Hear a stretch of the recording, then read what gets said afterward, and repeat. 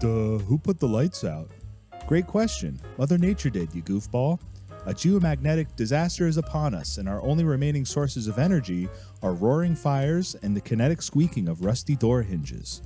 What does one do when there's no longer any TV shows, video games, or even Grandpa's favorite form of content creation, the radio?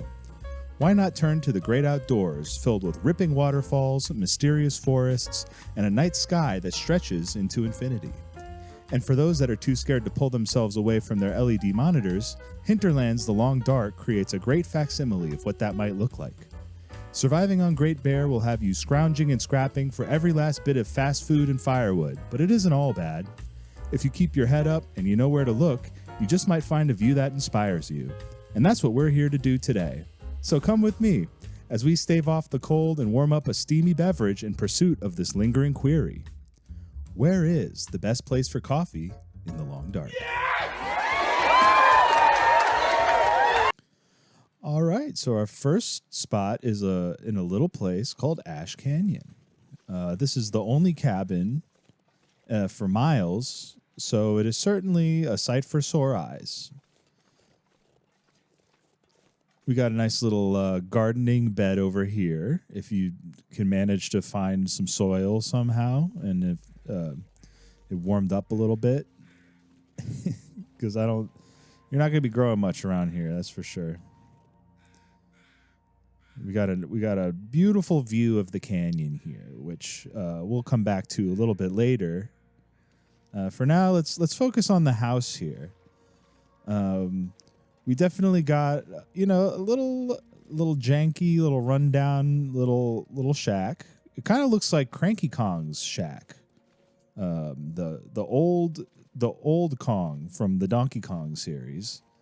He's usually rocking in a rocking chair and saying old people stuff to the other Donkey Kong members of the Donkey Kong crew. So let's pop into this shack and see what's going on in there.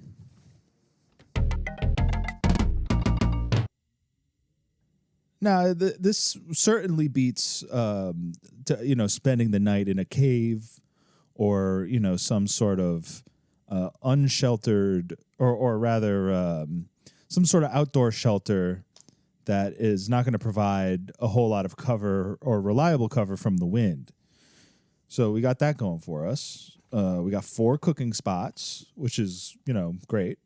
The only problem is you got to start 2 separate fires if you want to use all of them. So you might be eating up your fuel a little quicker than you would want to. But we got a nice comfy bed, and it'd be a nice place to like read a book or 3, especially if you got that fire going over there. Now, of course, it is a bit small. So, I guess ideally you would like to have a little more space to stretch out and put your things around there. And there's also no workbench inside. So, if you really needed to make some tools or some survival gear, you got to go outside to the shack, which, has its own issues regarding, the inclement weather and other outdoor environmental hazards that may make that a little bit difficult. But you can't have everything in the long dark. That's the thing, is there's not a place that's got everything, but you can usually make do with what you got. I would say this place, it's pretty good at what it's doing. Keep it up, inanimate place. And here's the beautiful view, the Ash Canyon view. This is what we all came for today. In the desolate wilderness of Ash Canyon, past the packs of hungry wolves, through the charred forest, over the frozen waterfall, atop the snowy mountains and across the old rickety bridge is a humble cabin. A cabin that doesn't offer much in comparison to other shelters, but one that feels like more than enough, considering the toll it takes to get there. It's a toll that makes an ancient can of soda and a dusty can of beans feel like a generous feast, with a view that makes you feel grateful to be alive, and that if you made it this far, maybe you'll just manage to make it a little bit further, which is why I think this is a great spot to crack open your thermos and have a sip of coffee.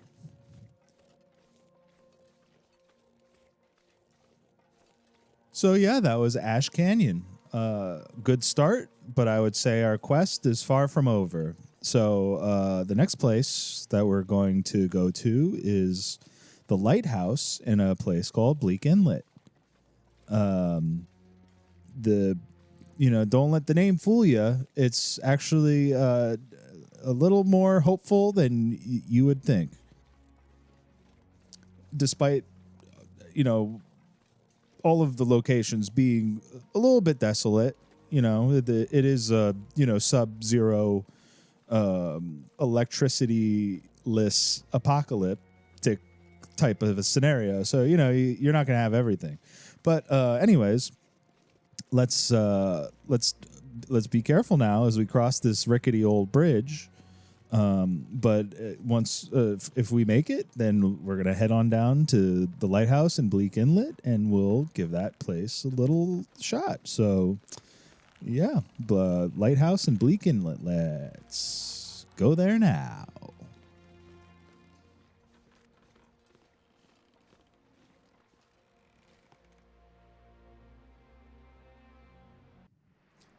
Here we are. We made it. There's the lighthouse up there. But I think we would be remiss if we didn't also highlight this elaborate walkway. It's a fun set of stairs that I think tells a little bit of a story. What is that story? Well, story of a guy who built a walkway that's gone up to a lighthouse. What can I say?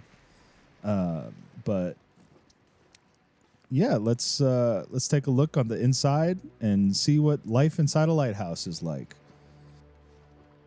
Now, this is probably not the most ideal living situation. I think the biggest pro is the 6 cooking slot stove we got going on over here. Which is a little bit rare. You don't really see it everywhere.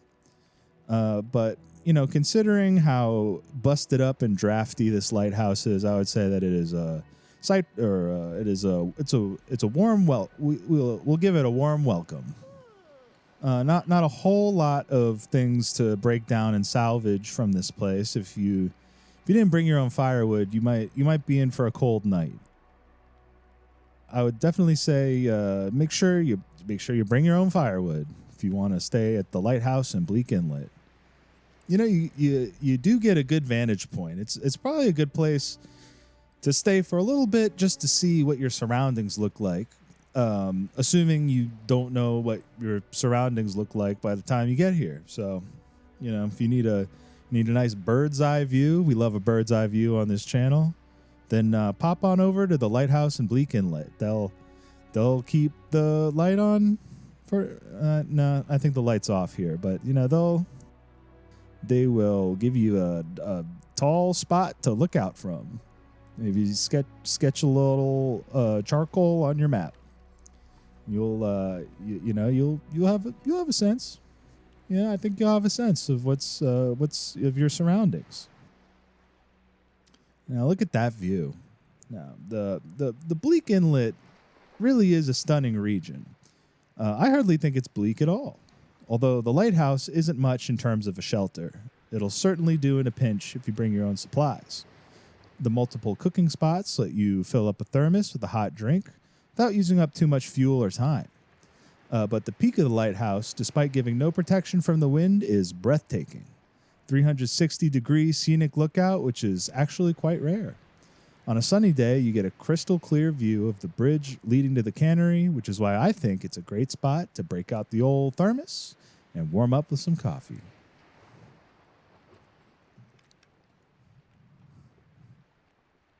So yeah, that was Bleak Inlet. I thought that was a pretty cool location and a nice spot to, take in a nice view and see what's out in the distance on the water. because you really don't get to see what's out on the water a whole lot in this game. Now we're going to head on over to Mystery Lake, to the fire watchtower, the fixed fire watchtower, and see if that's a cool spot to drink a coffee too. And so I think that'll be fun. So yeah, Mystery Lake, fire watchtower. Let's go there now.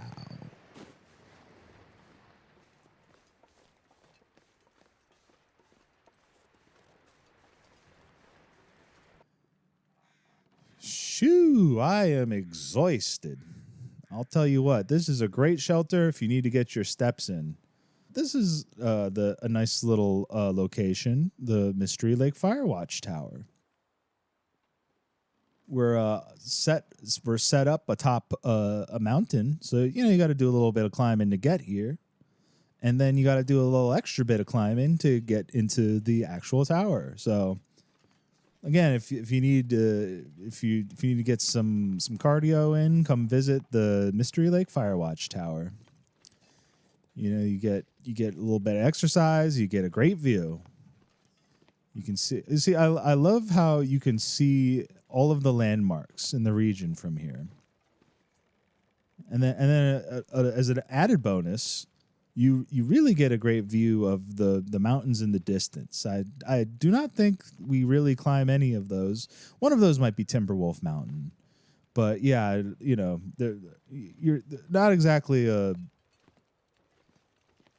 climbing a humongous mountain summit like that in this game. But here we are in the Firewatch Tower. I think we got most of the essentials here. You got the 2-slot cooking stove, which better than one. Of course we would like a little bit more, but we work with what we got. And then the bunk bed, I call it top bunk. That's fun. So you guys can enjoy the bottom bunk. You can all share it. Everyone viewing the video right now. And I'm just realizing the top bunk doesn't even have any bedding on it. So I guess I didn't think that one all the way through. But I'm sticking to it. I call top bunk, and I'm gonna stick with it. So you can also read here at night, which I think is a big plus. If you're trying to brush up on your skills and you got to read a skill book and it's sun's going down, you can still got plenty of light to read. Kind of a rare perk there. Obviously it's a little cramped. There's no workbench. You probably got to bring your own food because there's really not much, not a whole lot of supplies up here. If you have all of that in advance, then you can make a nice little vacation spot for yourself out here. So let's go outside and take in the view. Oh yeah, that's a nice view. So on paper, the shelter does not have a whole lot going on for it. If you're starving and desperate for fuel or warmth, there are plenty of other superior shelters that will pull you from the brink of death. But this lookout, as impractical as it is, provides something more abstract. Its simplicity and harmony with nature evokes a nourishment of the spirit that other shelters can't compare. This is where Henry David Thoreau would stay if he were stranded on Great Bear. Yes, hauling supplies up 4 flights of stairs after climbing a mountain is a chore, but something about seeing for miles in every direction or watching the stars from the safety of your warm tower, insulated from the elements, is an experience that cannot be replaced. Surveying the land from my perch, nuzzled within the clutches of these frigid mountain tops, seems like a great place to me to pop out my thermos and have a drink of coffee.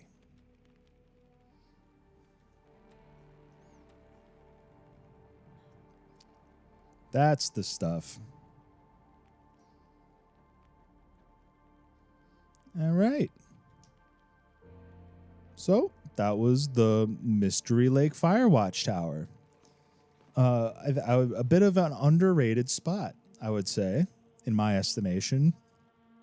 And of course, I'm not judging by again, I'm not judging by the supplies or how easy it is to stock up in this location, but just the vibe, the feel, you know. And so I think this is one of the top spots, but I think we can do better.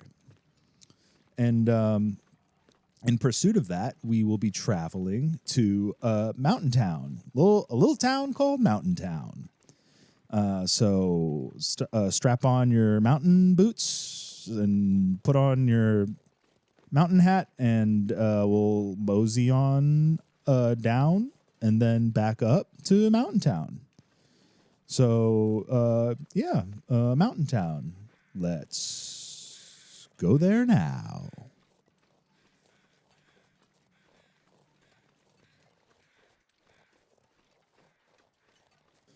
So here we are, Mountain Town. The more specifically, the climbing area of Mountain Town.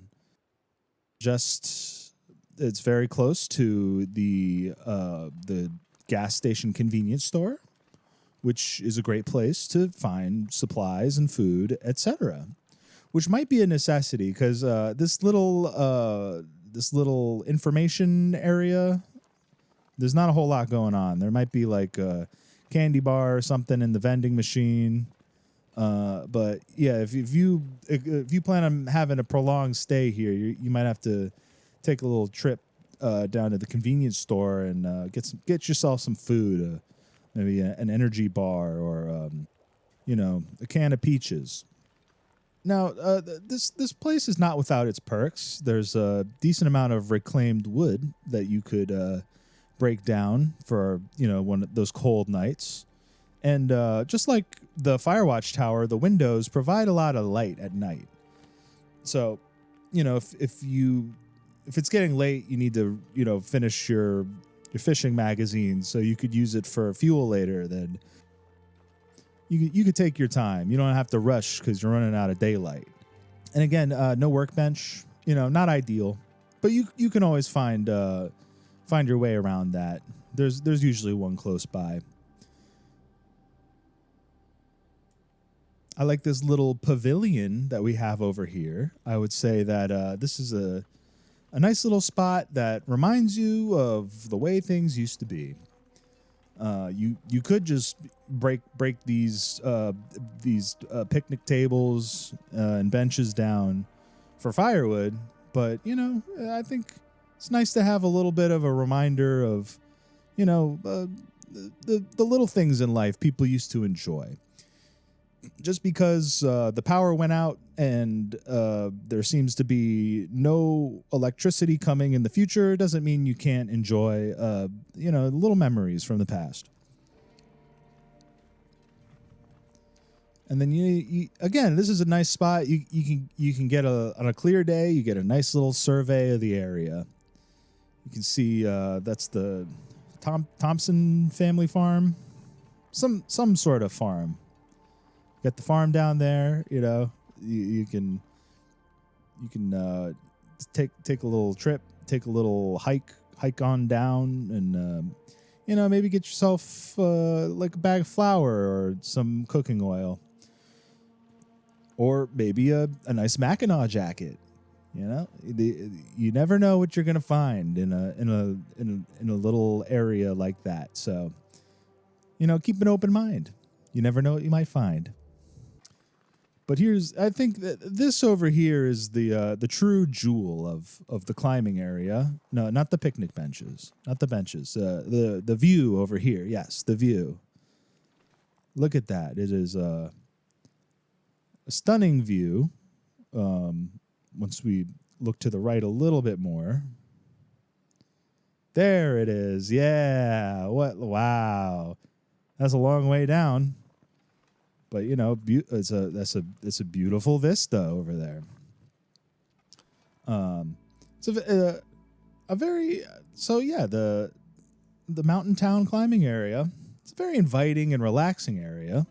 Thanks to the pavilion, would be a nice place for a picnic, if not for the bone-chilling, blizzardy atmosphere. The benches and tables provide ample fuel in desperate times, but are also just a nice little reminder of what the world once was. This mountaintop is home to one of the most towering and vast viewpoints in all of Great Bear and is a wonderful spot to take out your thermos and enjoy some coffee.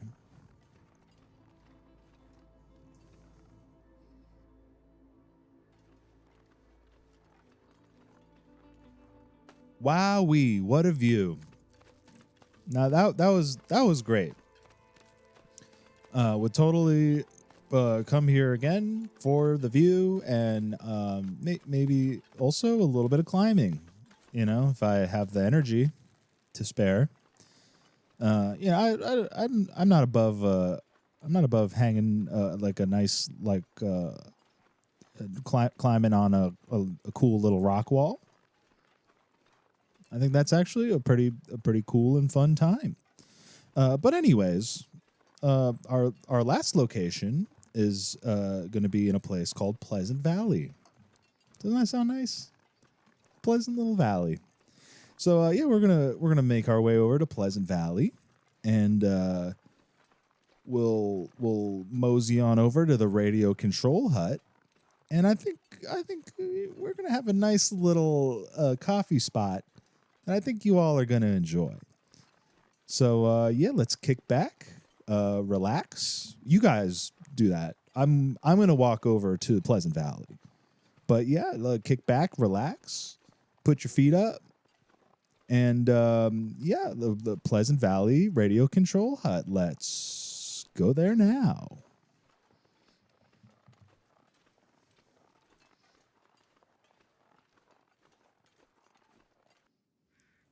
All right, we're finally here. The Pleasant Valley Radio Control Hut. Look at that. Look at that little radio tower over there. Does that thing even work? I don't know. I don't think it works, but. It's nice to be in a little fenced-in location. The fence, it makes you feel safe, but I wouldn't go picking any fights. I'm pretty sure the wolves and the bears, they can get in here just fine. So don't get too cocky, but enjoy the relative safety of the fenced-in area. So let's pop inside here and take a look. Take a look around. It's pretty cozy. A little bit of natural light wouldn't hurt in here. I know that this isn't like a vacation spot or anything. This is where a radio control guy is going to be sending out like emergency broadcasts and stuff like that. But that's still, I mean, would it kill him to put in a bigger window? I don't think it would. But we'll make do with what we have right here. It doesn't really feel like a home. It feels like a workspace. So I feel like that would be a detriment if you had any plan of staying here for a long period of time. And not to mention that you do need to cook outside. There's no cooking spots indoors, which can be a little frustrating if the weather's really bad. That being said, we got a nice little warm bed, another bunk bed. I'm taking bottom bunk this time. You guys can bring your own bedding, and we'll figure that out when you get here. But there's decent amount of food and tools and a workbench. Hey, indoor workbench. You love to see it. And all in all, pretty cozy. If there's a blizzard outside, I would not be turning my nose up to a place like this. Unfortunately, the microwave is not working. Even during an aurora, microwave doesn't work. Seems like a bit of a missed opportunity there. So you got a fun little control panel area with a bunch of chunky buttons. It feels kind of like the computers in the nuclear power plant on The Simpsons or something. Bunch of very tangible dials and knobs that go click clack and they crank and all of those fun little noises that you get from interfacing with hardware from any time before the 90s. So let's go outside and check out the rest of the area. Yeah, so I mean, we got a nice little nice little fire barrel, like a barrel where you could start a fire and cook some stuff over it. I just wish you could build like a slide or a swing set or something in this area. There's a lot of open space that I feel like you're not getting a lot of good use out of. Would it kill you to have something fun out here in the Great Bear? A seesaw or some monkey bars or something like that. But I would say that the coup de grace. No, not the coup de grace. Here we are, the mountain's peak, the stunning vista that is the Pleasant Valley Control Hut. You get a nice sprawling little view of everything in the area. And you know what? Unlike Bleak Inlet, I think that Pleasant Valley is appropriately named.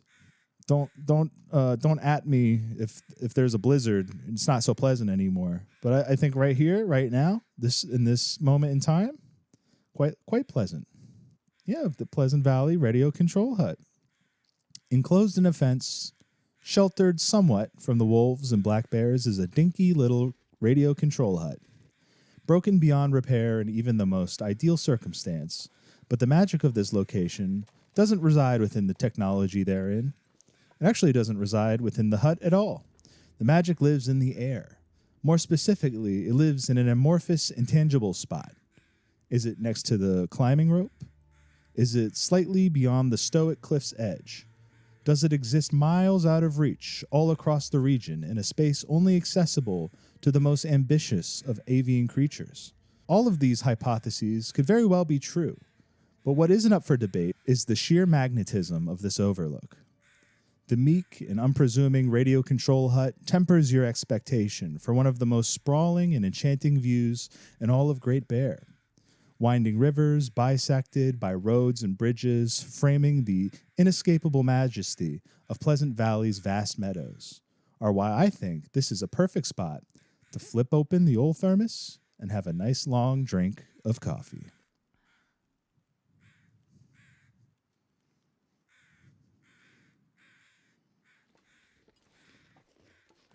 Thanks for watching, everybody. If you made it this far, just know that I appreciate you and you're helping me keep this thing going. Don't forget to like and subscribe, even if you didn't like the video. What's the big deal? If you have a suggestion for a future video, leave it in the comments. I might just get to them. I want to wish you all a great day. Everybody stay safe, drink responsibly, and I'll see you all in the next one.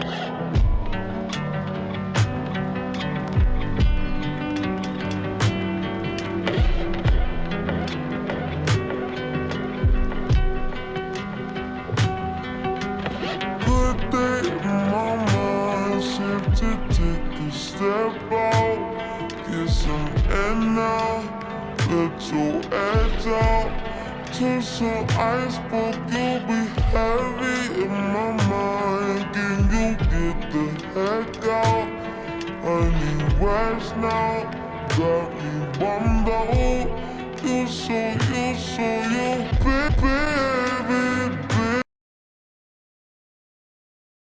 I think the biggest positive here is the six slot cooking, the six